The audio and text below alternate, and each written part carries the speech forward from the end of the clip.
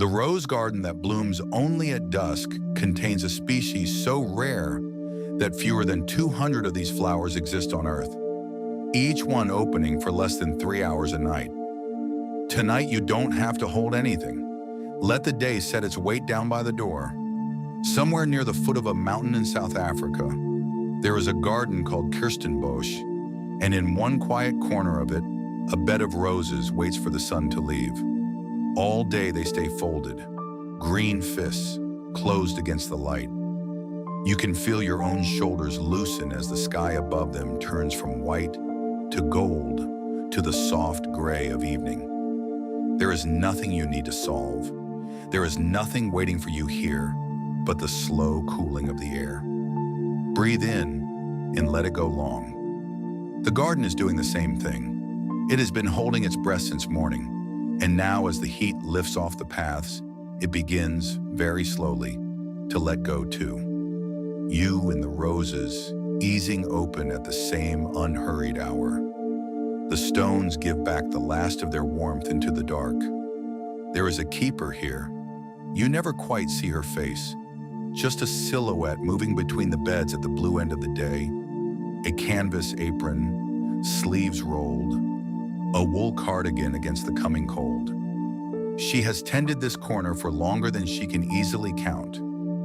In a small stone shed at the edge of the garden, she sets down her tools one by one. A trowel, a coil of soft twine, a watering can, emptied now, resting on its side. She lights a low lamp, and the warm light pools on the wooden bench. Outside, the light is leaving. Inside, this small glow answers it. She is in no hurry at all. She has learned that the garden keeps its own clock, and that clock cannot be pushed or hurried. So she waits the way the roses wait and lets the evening arrive at the pace the evening chooses. There is a rest in that, a settling that you can borrow now. Table Mountain stands behind the garden like a sleeping animal. As the sun drops behind it, its long shadow reaches out across the beds, cool and blue, and the temperature begins to fall. This is the thing the roses have been waiting for. Not darkness exactly, cold. When the air slips below 18 degrees, something in the flowers finally answers. You can walk the gravel path in your mind, slow steps, the stones still warm from the day beneath your feet. On either side, the closed roses line the borders, hundreds of them, patient as stones. The birds have gone quiet. A last thread of warm wind moves through the leaves, and then it too settles into stillness. The garden holds at the edge of something, not tense, just ready, like a held breath that already knows it will be let go. And there, in the cooling dark, without a sound, the very first petal begins to loosen. Watch one flower, just one. At the center, where the petals have been pressed together all day, a single edge lifts. It is so slow you could almost miss it. The petal peels back the way a sleeper turns beneath a blanket, without waking. This movement has a name. Botanists call it nectinesty, the folding and unfolding of a plant to the rhythm of night and day. It isn't the flower deciding, really. It's the cells along the base of each petal, swelling and softening as the temperature drops, tilting the petal gently outward, a little more, and a little more. No effort, no strain, just water moving where water is finally allowed to move. And you can let your own body do the very same thing. Nothing forced. The jaw softening, the hands uncurling on the blanket, the slow opening that comes not from trying, but from finally letting the long day's heat leave you. Back in the shed, the keeper watches through the small window. She doesn't need to help them open. She learned long ago that she can't. You cannot pull a rose open with your fingers without tearing it. She tried once when she was young and impatient, and she still remembers the ruined petal in her palm. So now she only tends the soil, and the water, and the shade cloth, and leaves the opening to the flower in the night. There is an old idea she keeps close. worn smooth like a river stone. Some things are up to us, and some things are not. The Stoic Epictetus said it a very long time ago. Her work is up to her, the blooming is not, and there is a deep, clean quiet that arrives when you finally know the difference between the two. She turns the lamp down a little lower and lets the flowers do what only flowers can do. Now here is what almost no one who visits ever sees. By the time the flowers are fully open, the last visitors have long gone home. The gates closed hours ago. These roses do not bloom for the crowds. They do not bloom for the photographs. Fewer than 200 of this particular kind exist anywhere on Earth, and every single night they open into an empty garden for no eyes at all.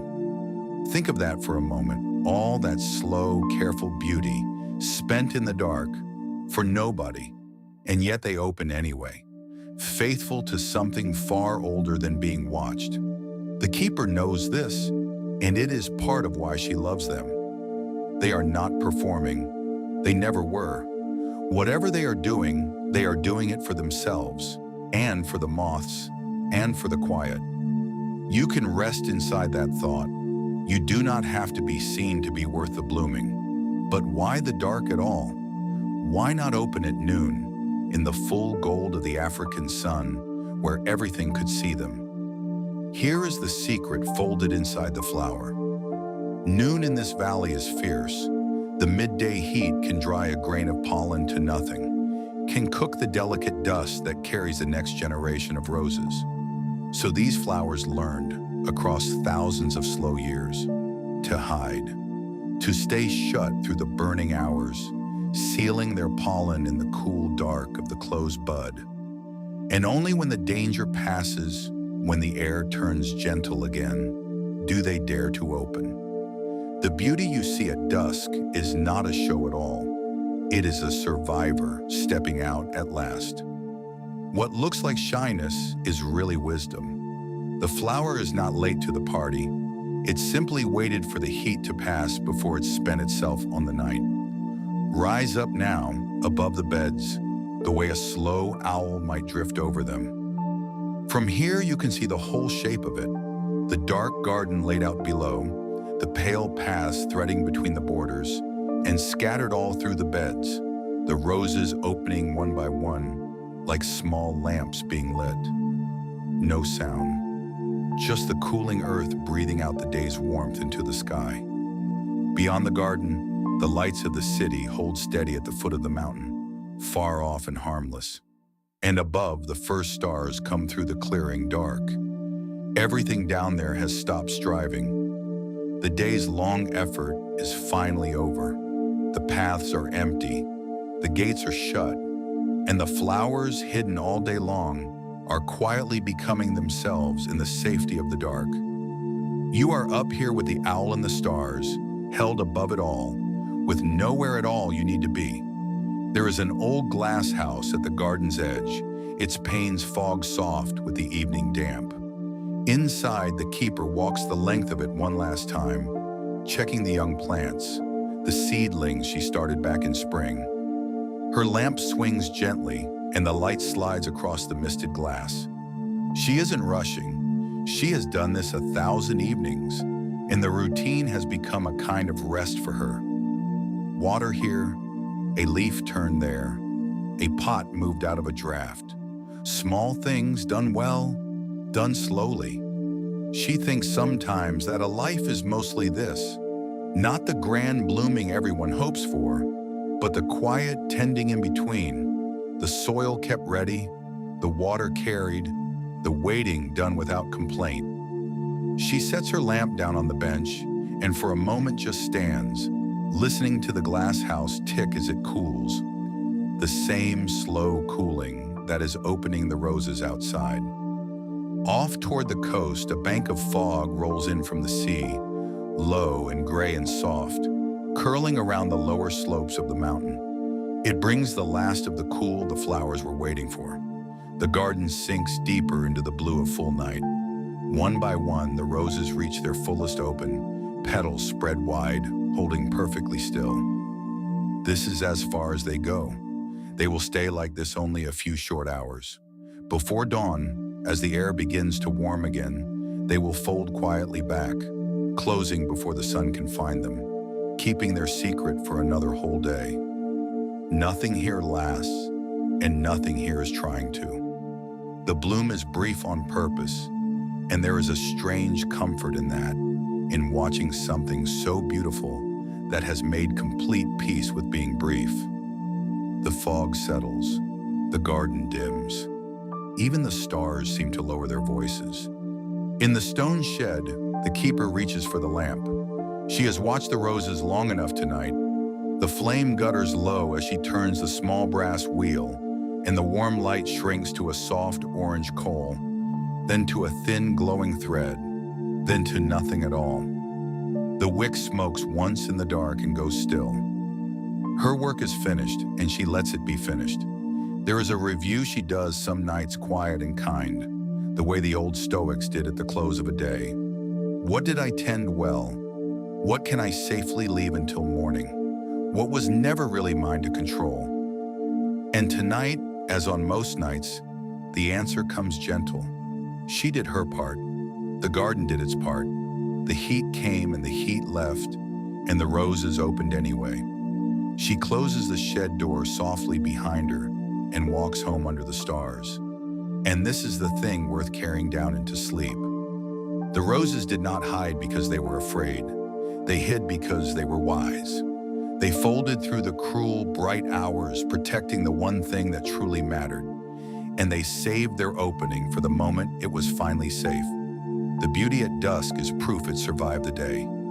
Everything you saw tonight, the closed green fists at noon, the slow lift of a single petal, the empty garden glowing in the dark, all of it was one long act of quiet survival, dressed up as a flower.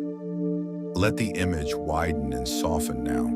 The garden below, breathing in the cool, the mountain above, holding the whole sky, and you somewhere warm, letting the long day finally leave you the way the heat left the roses. There is nothing left for you to do. The opening happens all on its own. So rest now.